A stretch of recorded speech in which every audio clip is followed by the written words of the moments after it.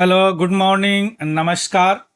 17वां BPSC यानी 17th BPSC notification हालांकि अभी तक नहीं आया, लेकिन टेंटेटिव डेट इसका निकल चुका है, कैलेंडर निकल चुका है।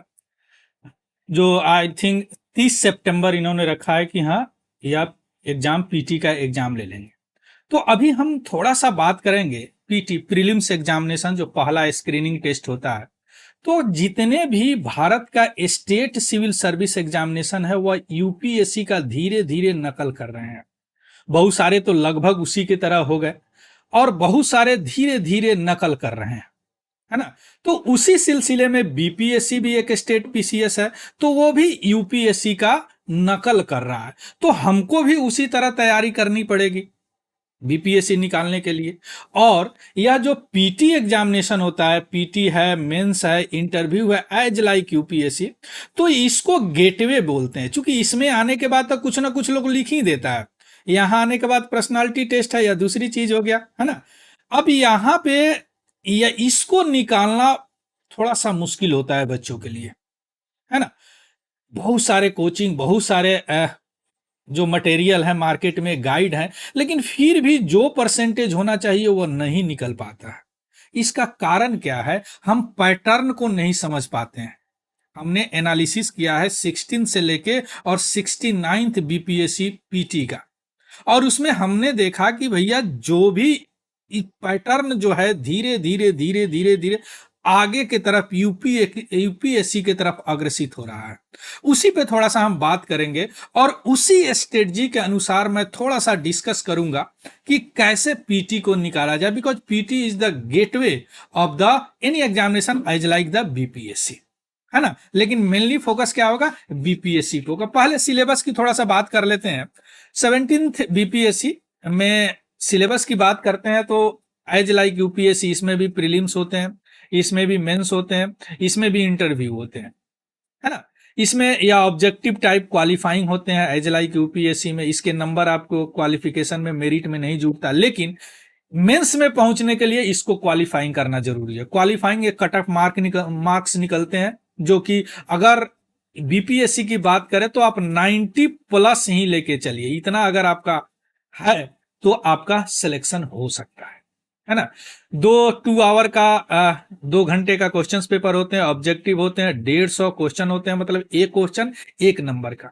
अब इसमें क्या कर दिया है? 1/3 मार्क्स कर दिया है, यानी पहले 1/4 था, 1/3 मीन्स अगर एक आपने सही किया और 3 गलत किया तो या जो सही किया है ये भी गलत हो जाएंगे। तो इसीलिए अब जो तुक्का लगाने वाली बात है उसको थोड़ा सोच समझ कर लगाइएगा, तुक्का कैसे होगा, है ना। इसके अलावा मेंस 900 नंबर का है, जिसमें एक जनरल हिंदी होते हैं, वैसे होते हैं, 2 जनरल पेपर होते हैं जनरल, और एक ऑप्शनल होते हैं जो आपको लेने पड़ेंगे, है ना। और इंटरव्यू 120 मार्क्स का होता है। तो यह आपका मेरिट देता है, जिसमें से आपको हिंदी का नहीं लगता है ना। इसमें से भी ऑप्शनल आपको एमसीक्यू होता है। जब आप पीटी पास कर जाएंगे तो इसका हम डिटेल करेंगे। अभी हम फोकस कर रहे हैं किसी भी तरह आप गेटवे, इस गेट को तोड़ के आप अंदर पहुंचिए।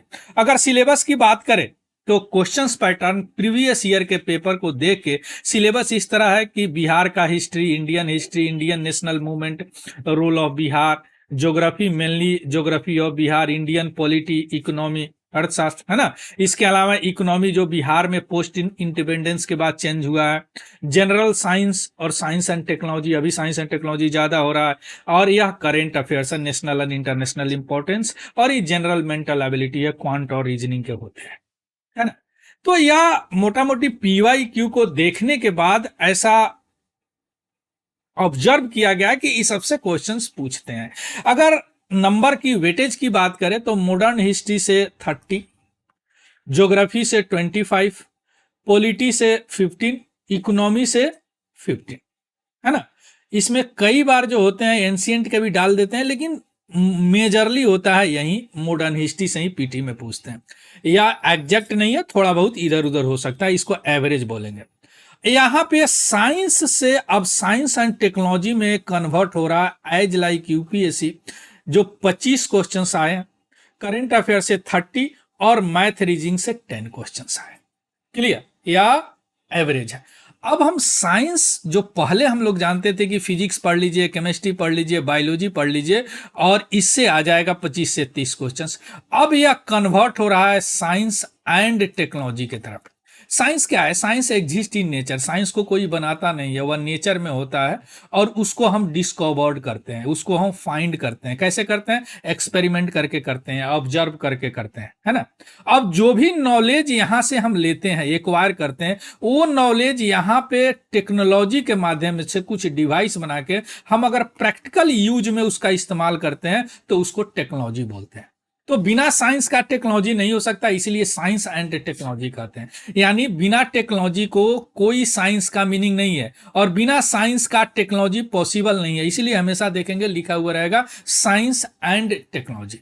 समझ गए? साइंस एग्जिस्ट इन नेचर, उसको कोई बनाता नहीं है। जैसे सर आइजैक न्यूटन थे, उन्होंने क्या किया, सेब को देखा नीचे गिरते हुए तो उन्होंने ग्रेविटेशनल फोर्स की आविष्कार कर दिया। अब ऐसा बात नहीं है, उन्होंने ऑब्जर्व किया। उनके ऑब्जर्व करने से पहले यह गुरुत्वाकर्षण बल जो नेचर में एग्जिस्ट कर रहा था, उन्होंने ऑब्जर्व किया। अब इस गुरुत्वाकर्षण बल जो नॉलेज हमने ऑब्जर्व किया, इस नॉलेज को हमने स्पेस में इस्तेमाल करके सैटेलाइट भेज दिया। इसको करके तो यह क्या हो गया? टेक्नोलॉजी हो गया, है ना। इस तरह बहुत सारे, जैसे अब इलेक्ट्रोमैग्नेटिक वेव है। इलेक्ट्रोमैग्नेटिक वेव जो जब हम खोजे अभी, उससे पहले एग्जिस्ट करता था। अब इस इलेक्ट्रोमैग्नेटिक वेव का इस्तेमाल करके हम कम्युनिकेशन में इस्तेमाल करते हैं। जैसे आप मोबाइल से किसी से बात करते हैं तो क्या होता है? इलेक्ट्रोमैग्नेटिक वेव होता है, आपका डाटा कैरी करता है, आपका आवाज कैरी करता है, आपका मैसेज कैरी करता है ना। तो यह टेक्नोलॉजी हो गया। तो बीपीएससी भी अब इधर से इधर मूव कर रहा है। अभी हम दिखाएंगे आपको प्रूफ कैसे मूव कर रहा है और उसी तरह आप तैयारी कीजिए। दूसरी बात कि ये जो सेक्शन है, जितने भी बच्चे होते हैं वो सारे रटे हुए रहते हैं। ये तो सबका कंप्लीट होता है ऑलमोस्ट, है ना। बहुत तरह के गाइड मिलते हैं, बहुत तरह के कोचिंग है जो यही काम कराते हैं, रटा देंगे आपको पूरा। बाबर, हुमायूं, कब कौन आया, कब कौन जनरल गवर्नर जनरल था, कहाँ पे क्या है, पॉलिटी में, सारे रटा देंगे इकोनॉमी में। लेकिन यह दोनों जो है एक दूसरे से सिंक करके चलता है। Tech science and technology is the very dynamic, यह रोज बदलता रहता है। आज अगर जीटीपी 3 है, 3.754 हो गया, अभी ओमनी चल रहा है। तो यह जो साइंस एंड टेक्नोलॉजी है, इसको करने के लिए नहीं आपको कोई गाइड काम करेगा, है ना। इसके लिए आपको पूरी तरह अवेयर होना पड़ेगा। और यह क्या है? 55 है, 55 यही आपका सिलेक्शन कराएगा। यहीं पर स्टूडेंट थोड़ा सा पीछे आ जाते हैं, जिससे उनका सिलेक्शन नहीं हो जाता। और इंजीनियरिंग वगैरह के बच्चे हैं, उनका कॉग्निटिव एबिलिटी अच्छा होता है, वो आराम से दोनों कर लेते हैं। इसको थोड़ा बहुत कर लिए, चूंकि प्रिपरेशन कर रहे हैं तो ये तो अच्छा होगा ही, है ना। इनका निकल जाता है। मैथ रीजनिंग भी बहुत आसान होते हैं, उसको भी मैं बताऊंगा, उसका भी डिस। तो मेरा फोकस है यह 3 चीज मैं कराऊंगा आपको, जिससे आपका यह बीपीएससी का पीटी निकल जाएगा। क्लियर? आया समझ में? चलिए डेमो देखिए कैसे चेंज कर रहा है ना। सबसे पहले हम देखते हैं, देखिए यह 69th बीपीएससी का क्वेश्चन है। या ना फिजिक्स है, ना केमिस्ट्री है, ना बायोलॉजी है। या फिजिक्स का टेक्नोलॉजी में रूप है। लेकिन फिजिक्स से हमने नॉलेज एक्वायर किया, कुछ डिवाइस बनाए और डिवाइस का इस्तेमाल किया वेलफेयर ऑफ ह्यूमन बीइंग, आदमी के भलाई के लिए, तो बन गया टेक्नोलॉजी। तो यह क्वेश्चन साइंस एंड टेक्नोलॉजी का है। इंटरनेट ऑफ थिंग्स सबको पता होता। अब जो 5G मोबाइल लॉन्च हो रहा है कम्युनिकेशन में, अब यह पूछ रहा है कि 5G मोबाइल जो हो रहा है, इसमें ये 3 टेक्नोलॉजी क्या काम आएंगे? ऑफ कोर्स आएंगे। देखिए 5G से क्या होता है, 5G से हम क्या करेंगे, इस घर के सारे उपकरण को कनेक्ट कर देंगे, है ना। तो कनेक्ट करने के लिए क्या, अब यही व्यवस्था को कनेक्ट करने के, यानी एक जगह, यानी सारी चीज इंटरनेट से कनेक्ट होकर एक थिंग की तरह, वस्तु की तरह काम करे, उसको इंटरनेट ऑफ थिंग बोलते हैं। तो ये सही है। एज कंप्यूटिंग क्या होता है? ये 2 तरह के कंप्यूटिंग होते हैं, एक होते हैं क्लाउड कंप्यूटिंग, एक होते हैं एज कंप्यूटिंग। देखिए कोई भी कंप्यूटिंग होती है, गणना होती है, कंप्यूटर चलता है, वो हुए जाते हैं तो डेटा कैरी होता है, वो डेटा का स्टोरेज होता है। तो एक क्लाउड कंप्यूटिंग होता है जो कहीं और स्टोरेज होता है। जैसे आप गूगल चलाते होंगे तो उसमें आपको स्टोरेज 15 GB का देता होगा, डाटा का, है ना, ड्राइव का। तो वह कहाँ स्टोर होता है? वह क्लाउड कंप्यूटिंग पर स्टोर होता है, वह कहीं और आते हैं, है ना। तो और या एज कंप्यूटिंग होता है कि जहां पे डिवाइस हो वहीं पे सर्वर, वहीं पे उसको रखने की व्यवस्था होती है। इससे फायदा क्या होता है कि लेटेंसी कम होता है। लेटेंसी मीन्स क्या होता है, यहां से डाटा, ए से डाटा अगर बी तक जाए, है ना, तो ए से डाटा बी तक जाए, बी से डाटा ए तक आए, जो टाइम लगता है उसी को लेटेंसी बोलते हैं। तो यहां से डाटा, मान लीजिए कि यहां से मोबाइल से आप काम कर रहे हैं, बात कर रहे हैं, डाटा यहां से आ रहा है, तो टाइम लगेंगे। जैसे अगर मार्स पे कोई आदमी हो और धरती से अगर बात करे तो उनके डाटा को आने में 20 मिनट लगता है अभी के हिसाब से। अब तो लेजर वगैरह की व्यवस्था से उसको भी लेटेंसी कम कर रहा है ना। तो एज कंप्यूटिंग से क्या होगा, लेटेंसी कम होगा। तो 5G का मेन मकसद क्या है, लेटेंसी, यानी डाटा आने और जाने के टाइम। तो ये भी 5G में काम होगा। अब देखिए कहां से यह पूरी होल कंप्रीहेंसिवली नॉलेज हो तभी बना सकते हैं। अब निगेटिव मार्क है, ऐसे नहीं कर सकते। नेटवर्क स्लाइसिंग क्या होता है, एक नेटवर्क को कई जगह स्लाइस कर देते हैं। 5G है, अभी इधर इधर ये डिवाइस यूज करे, डिवाइस यूज करे, डिवाइस यूज करे, डिवाइस, इसको बोलते हैं स्लाइसिंग। यानी तीनों यूज होगा 5G में, यानी आपका आंसर डी होगा। ये आपको 69 भी देखिए किस तरह, अब ये नहीं पूछ रहा है ना, कि फिजिक्स में क्या है, गुरुत्वाकर्षण बल क्या है, ये उसका इस्तेमाल हो रहा है लेकिन टेक्नोलॉजी में। इसीलिए बीएससी की उतनी अभी पूछ नहीं है जितनी बीटेक की पूछता है, because we moving to technology. और डिजिटल इंडिया में हर चीज टेक्नोलॉजी को, रोज टेक्नोलॉजी बदल रहा है। चलिए दूसरा देखिए। अब देखिए इसको सॉल्व करने के लिए आपको पूरी स्पेस टेक्नोलॉजी की नॉलेज हो। और ऐसा कभी नहीं है कि जो चीज हो चुकी है घटना उसी पे क्वेश्चंस आते हैं। कुछ ऐसे हैं जो नहीं हुआ है उससे, जैसे आर्टेमिस अभी तक लॉन्च नहीं हुआ है, वेरिटास अभी तक लॉन्च नहीं हुआ है, क्वेश्चंस है एज लाइक यूपीएससी की तरह। अब ये सब क्या है, ये सब सैटेलाइट है। और ये सब क्या है, यह इनका पर्पस है, इसको स्टडी करने के लिए भेजा गया है। देखिए कितना कॉम्प्रहेंसिव नॉलेज चाहिए, यही नहीं मिल पाता है, जो नहीं निकल पाता नॉर्मली। फिजिक्स के ज्योग्राफी, हिस्ट्री वगैरह तो हो ही जाते हैं। देखिए कैसिनो स्पेसक्राफ्ट जो है वह सटर्न के लिए भेजा गया, शनि ग्रह के लिए। जूनो जो है बृहस्पति, ये तो जूनो पूछा है यूपीएससी मेंस में, या जुपिटर के लिए भेजा गया। अर्टेमिस जो है या ह्यूमन स्पेस फ्लाइट मून से लेकर मार्स तक के लिए भेजा गया। पहले मून के लिए इसका अर्टेमिस 3 होगा। अर्टेमिस 1 भेजा जा चुका है, अर्टेमिस 2 प्लान है, और अर्टेमिस 3 भी प्लान है। क्लियर। और वेरिटास जो है वह वीनस के लिए। यानी इसका आंसर क्या होगा, ए का 2 और बी का 1, ए का 2 और बी का 1, सी का 4, सी का 4, हाँ ए होगा, ए होगा इसका आंसर। तो यहीं पे अब हम क्या करेंगे, हम इस सारी चीज के क्वेश्चंस वाइज पढ़ाएंगे और करंट अफेयर से उसको लिंक करेंगे। क्लियर। चलिए एक और डेमो देखिए। देखिए यह कंप्यूटर लैंग्वेज का एकदम कॉपी कर रहा है, या यूपीएससी का क्वेश्चंस की अगर बात करें तो इसी तरह पूछते हैं कि लैंग्वेज क्या होता है। इसमें कंप्यूटर लैंग्वेज क्या है, क्या कोबरा कंप्यूटर लैंग्वेज है? अब सबको पता होगा कि पाइथन है, ये 3 गड़बड़ाएंगे। जावा है, ये तो सबको पता होगा। ये दोनों भी है, स्क्वायरल भी है, कोबरा भी है। यानी इसका answer all of the above होगा। क्लियर। एक और डेमो देखिए। देखिए chat GPT, chat GPT, GPT, अब चैट जीपीटी क्या है, एक एआई है, आर्टिफिशियल इंटेलिजेंस। आर्टिफिशियल इंटेलिजेंस वह एबिलिटी होती है मशीन की जो ह्यूमन की तरह काम करे, उसको आर्टिफिशियल इंटेलिजेंस बोलते हैं। ह्यूमन बीइंग जो है कोई भी काम करता है वह पैटर्न के अनुसार करता है। इसी तरह साइकोलॉजिस्ट है जो पैटर्न को एनालिस्ट करके ह्यूमन के आने वाले उनके मूवमेंट के बारे में पता कर लेते हैं। उसी तरह मशीन को हम क्या क्या क्या देते हैं, डेटा दे देते हैं पहले से, और उस डेटा को ट्रेंड कर देते हैं। इसको बोलते हैं प्री ट्रेंड। डेटा को ट्रेंड करके इसमें फीड कर देते हैं, और जब भी हम सवाल पूछते हैं तो उस डेटा से जो इसमें है उससे वह काम करता है। चैट जीपीटी यानी या जीपीटी क्या है, या जेनरेटिव डेटा जनरेट करता है, प्री ट्रेंड यानी डेटा उसमें ट्रेंड करके डाला होता है उसको ट्रांसफॉर्मर करता है। इसको चैट जीपीटी बोलते हैं। कोई भी सवाल पूछेंगे आप गूगल में चैट जीपीटी टाइप कीजिए। अभी चैट जीपीटी 3.75 आपको फ्री में मिल जाएगा। 4, ओमनी, ये सब फ्री में नहीं मिलेगा अभी। तो उसमें कुछ भी क्वेश्चंस पूछेंगे, उसके पास अगर वह डेटा होगा पहले से ट्रेंड करके तो वो आंसर दे देगा, कुछ भी लिखेंगे तो।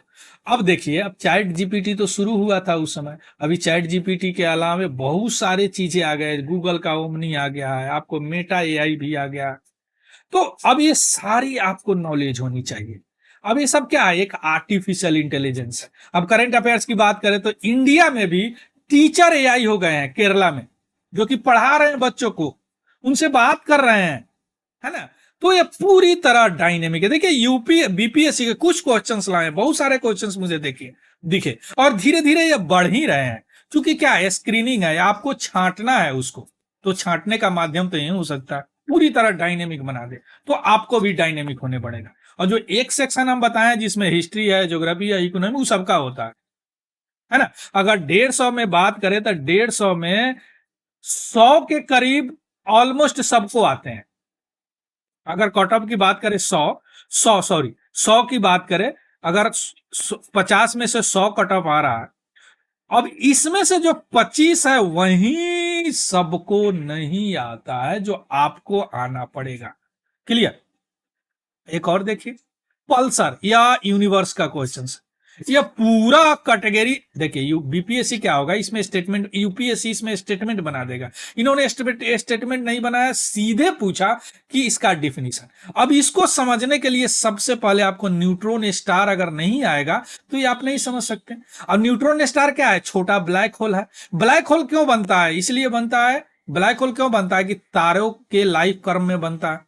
कोई भी स्टार होते हैं उसमें दो फोर्स काम करते हैं, एक फोर्स तो बाहर से ग्रेविटेशनल फोर्स काम करते हैं, और एक फोर्स इसके अंदर से काम करते हैं, जो कि इनका फील होता है न्यूक्लियर फ्यूजन, संलयन।